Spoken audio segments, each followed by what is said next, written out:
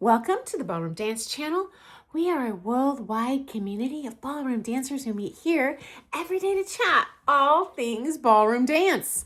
I'll give you a Blackpool update at the end of today's video, but for now, let's dive into today's letter. Hi, Sunny. Question for you.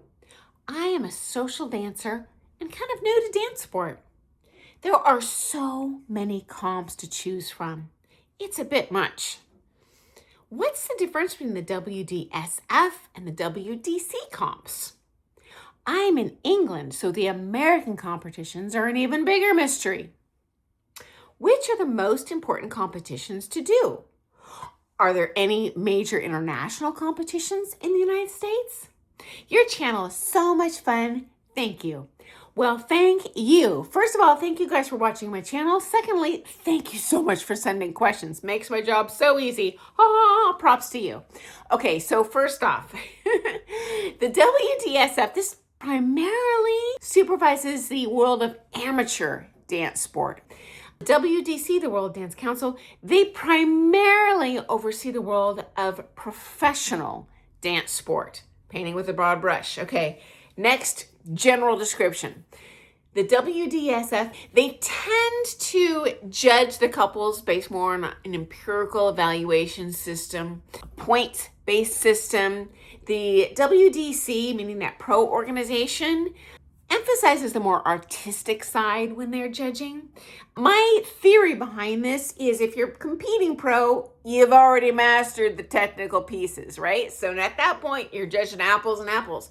So that organization tends to judge and prioritize the artistic expression over the technical execution. As a matter of fact, I've shared a story of an American Smooth pro long-term champion who did all toes in her waltz, totally known for doing that, and just slayed all the competition. So at that point, it's just a little bit of a different judging game.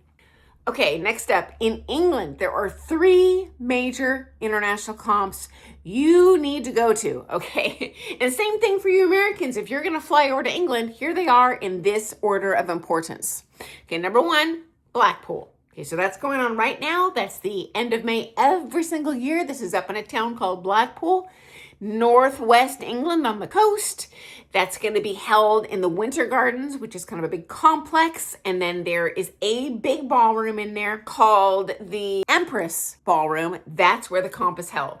And then upstairs, I think it's called the Spanish Ballroom or Spanish Galleon or something ballroom. Well, that's where the Congress is held.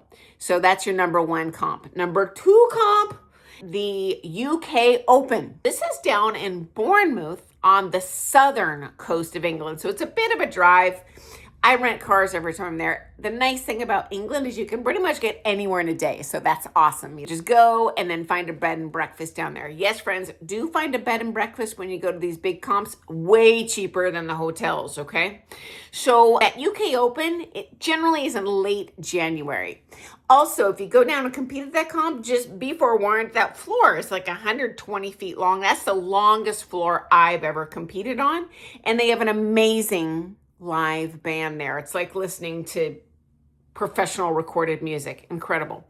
Okay, and then the third important comp, again, huge, definitely a go-to, is going to be the Elsa Wells International. That's around October 10th of every year. That one's in London. So the first rounds of that comp are in some sort of sports complex. You can drive there. And then the final rounds are down in the Royal Albert Hall.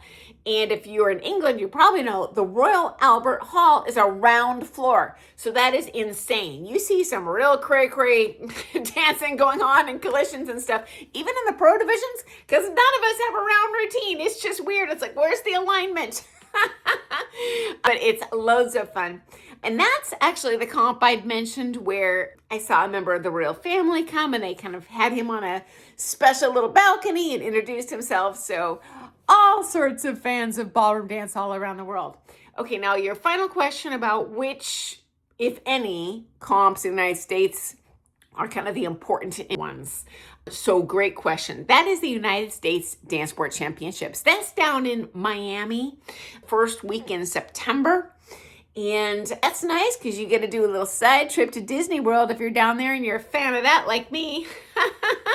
When I competed, that floor was an ice rink, so just prepare for that. The good news is if the floor is real sticky or real slick, it's the same problem for everyone. So you just got to dance real cautious. And finally, for amateur couples, the biggest comp are going to be the USA Dance National Championships every year.